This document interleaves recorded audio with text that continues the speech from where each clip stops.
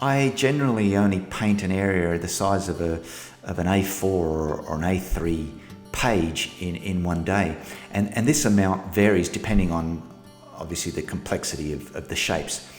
Clearly, the face area would take me a lot longer than the equivalent area in the abstract background, for example.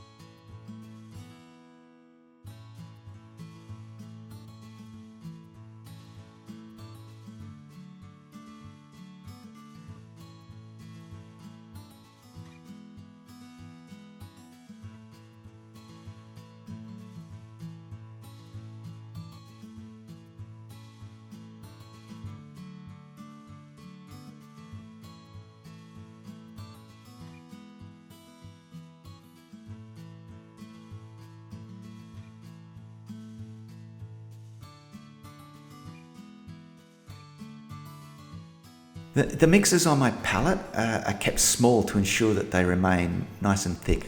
And what I do is I push my brush away from me at an angle that's a little bit like picking up gravel with a spade or a shovel. And when I feel I have enough paint on my brush, I then move this to the surface of the canvas and I just spread it, like butter with a knife. I also mix my adjusted tone right next to the existing colour, and I do not go straight into the centre of that previously wrong mix. This not only keeps the wrong mix from growing, but this gives me, if you like, a recipe for the correct tone.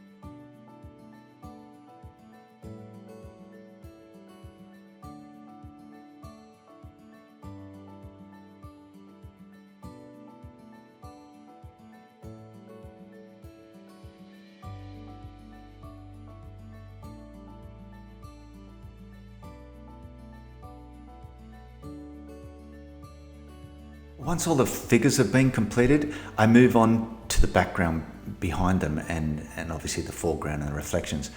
Again, I must keep in mind that this part is equally as important as the figures, because this part brings the painting together, giving it unity and atmosphere. Recently, I've started painting a similar background with all my works. I like the ethereal feel it gives to my work, and I enjoy the brushstrokes at this stage as well. How I achieve this look is to paint patches of dark and pure colour under a fairly neutral background colour and leave some of these patches showing through. It reminds me of the effect that an oil painting may have if it was painted using a terp-based wash to apply a mid-tone at the beginning of the piece, or having painted in the thin darks prior to painting the thick passages in similar fashion to the old grisaille method. It's also a homage to the Leonardo quote regarding the light. I try and relate the colours to what is happening around it. For example, I put an orange and a pink colour near the skin, or a dark near a dark shape, or a light near a light shape. When painting these patches of colour, I use pure paint without any retarder in it, and I keep it fairly thin so it looks like a terpsy wash. And I want it to dry quite fast at this stage, so I can move straight on to putting the neutral grey colour over the top of it.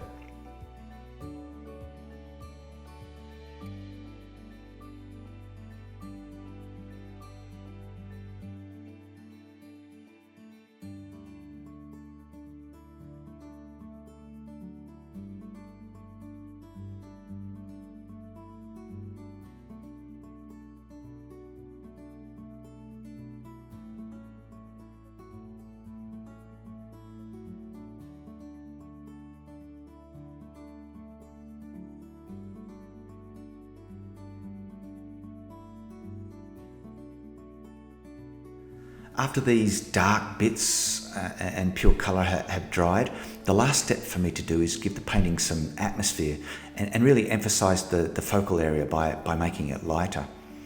I paint the background using a base of a cool neutral earth colour, or a grey if you like.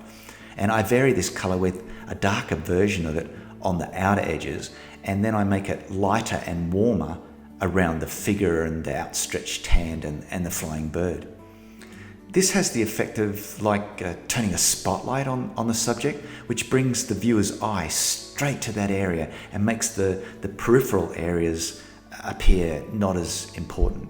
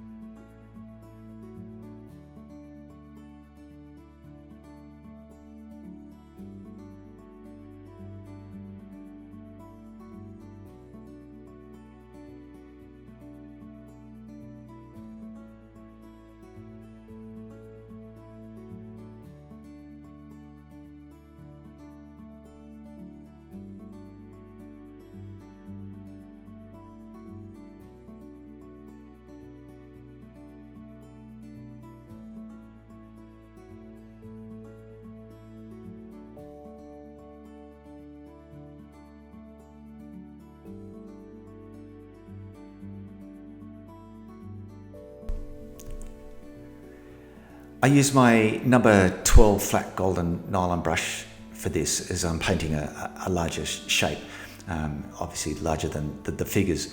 And I resist the urge to use an even larger brush because, obviously this would be faster, but I found that when I use the larger brush, the transition between each area of colour is too abrupt, and it commands, way too much attention. Remember, this is just the background, and it cannot be too eye-catching. I find that by using this smaller size brush, I get a smoother transition between the tones, and it also gives the painting a really consistent looking texture.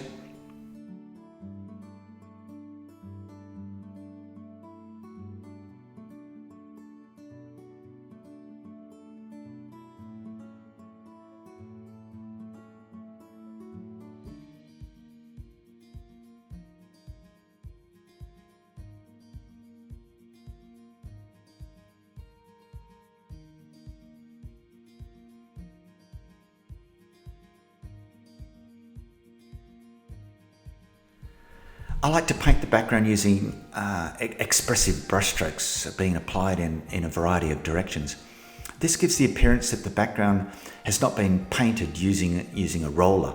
It also unites the painting by the repetition of the brushstrokes, which have been used within the figures as well. Again, I don't rush this stage, and I enjoy the process of applying the paint with the correct tone in the correct area.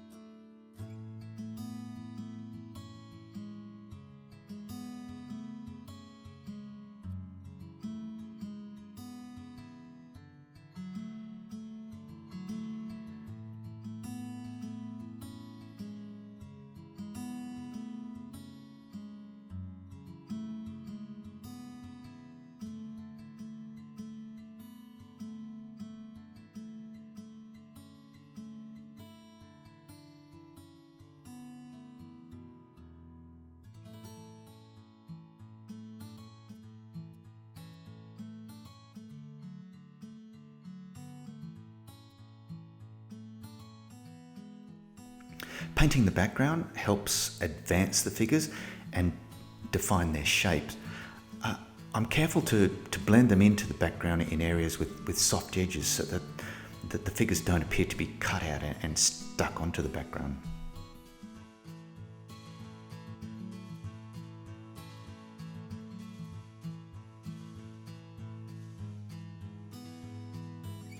Okay, so just to explain, I'm aware that I'm painting from photographic reference, and so what I do is I try and see into the shadows more, and I try and boost the light a bit more when it's coming out into the light. So in order to do that, I try and keep in mind that I'm creating the illusion of distance, and how I create the illusion of distance is by keeping my values and my temperatures in check. So the rules go that if you put a lovely, if you want to make something look like it's concave, you keep the area closest to you nice and warm and dark, and then as it goes away from you, you start to cool it off and you lighten it.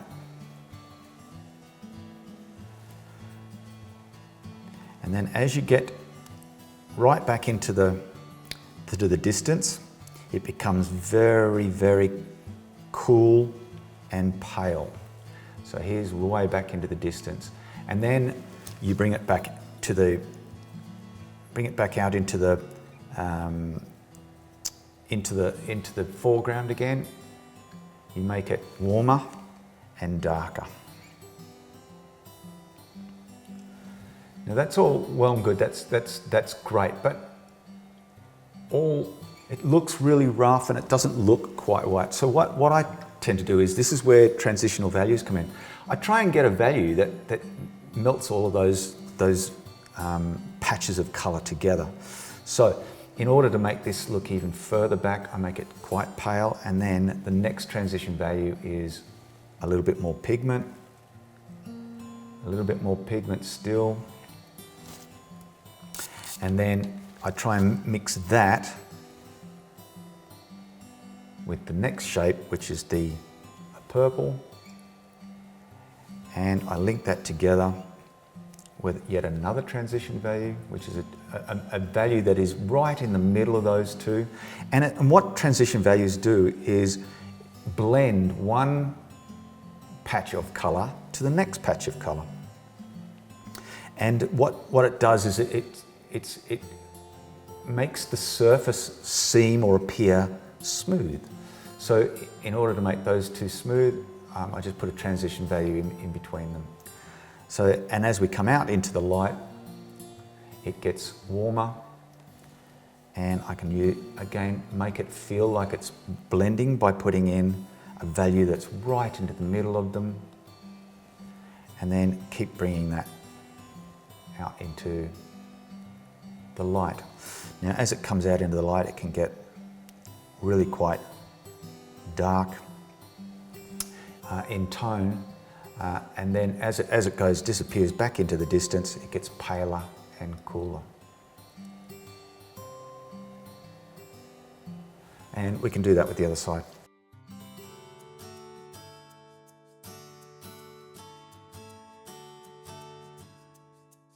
Now, if the jump is too large, all I do is I pick a middle value, I blend those two colours together with a transition value. Now what that tends to do is it gives me the illusion that things are going way back into the distance there.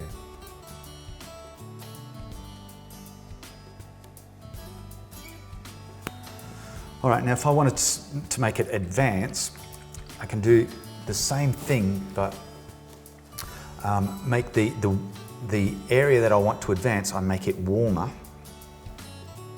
and then I can make it recede by taking the area and making it cooler. So let's say I start off with a warm, and I want to make it nice and bright. We'll give it a bit of sunshine, and then as it goes away from us, it cools down.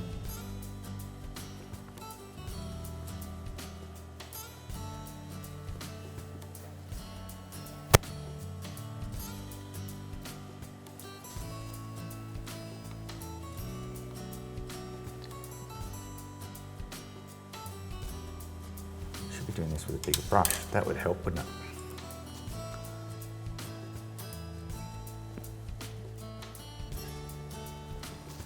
All right, now we can go a bit faster. And then out into the warmth again with that beautiful orange and yellow. Now, how do you link those patches of colour together with the transition value? So I take a bit of the yellow, add it to the next colour, and it's the value right in the middle. So I can put that in, and then it creates the illusion that they have blended together. The next two, the purple and the blue, half of the purple and half of the blue, right into the middle, and it feels like that they've blended together. And you can do the same on the other side.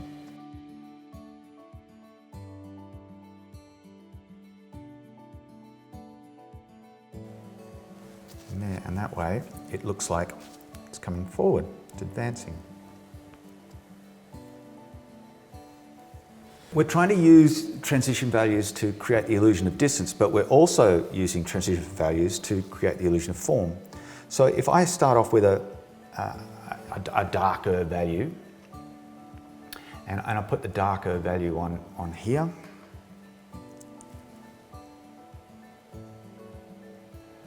and then I put a lighter value on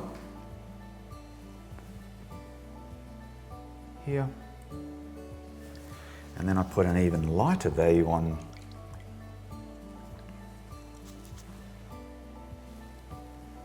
here,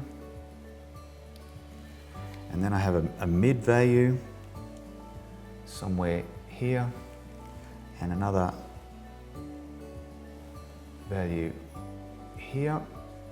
How do I make them all blend or feel or create the illusion that it's smooth? What I do is use transition values. So to link the white with the black, I mix equal parts of white and black together, and I get a grey. So I can pick that grey up, and I can put that on in between the black and the white. And then that gives me white, then a light, a mid-tone, and a dark. And then I add a little bit more dark to that, the grey, and I get a transition value. And I add a fraction more dark to that to blend it right into the black.